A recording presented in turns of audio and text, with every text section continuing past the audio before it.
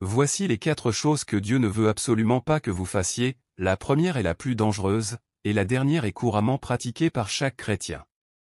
Le Seigneur Jésus a autrefois dit, « Parce que l'iniquité se sera accrue, la charité du plus grand nombre se refroidira » Matthieu 24h12. Sachez-vous quelles mauvaises habitudes détruiront votre foi? Voici 4 habitudes à vérifier si vous en avez. Premièrement, aimez le monde. La société d'aujourd'hui est pleine de tentations et de pièges. Si vous n'y prenez pas garde, vous risquez de vous y perdre, et certains même de ne jamais revenir en arrière, poursuivant le monde et cessant d'aimer Dieu. Comme il est écrit dans la Bible, n'aimez point le monde, ni les choses qui sont dans le monde. Si quelqu'un aime le monde, l'amour du Père n'est point en lui, 1 Jean 2h15. Quand notre cœur est peu à peu pris par le monde, il n'y a plus de place pour Dieu, et notre foi est détruite. Deuxièmement, ignorez la parole de Dieu. La parole de Dieu est notre lumière, nous protégeant des tromperies de Satan. Si nous ne lisons pas la parole de Dieu, nous serons facilement influencés par des opinions fausses et perdrons notre foi en Dieu.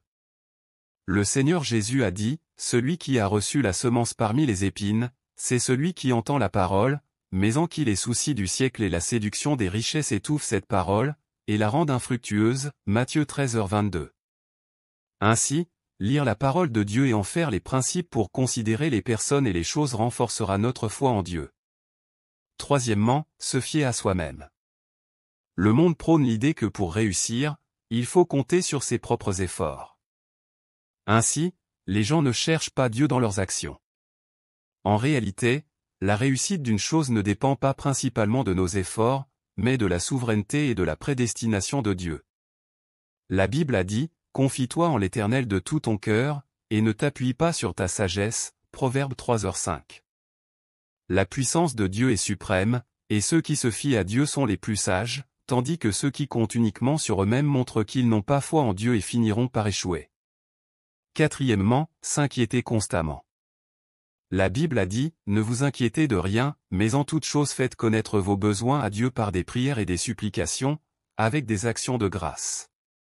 Et la paix de Dieu, qui surpasse toute intelligence, gardera vos cœurs et vos pensées en Jésus-Christ. » Philippiens 4, 6-7. Une personne ayant foi remet toutes ses préoccupations entre les mains de Dieu.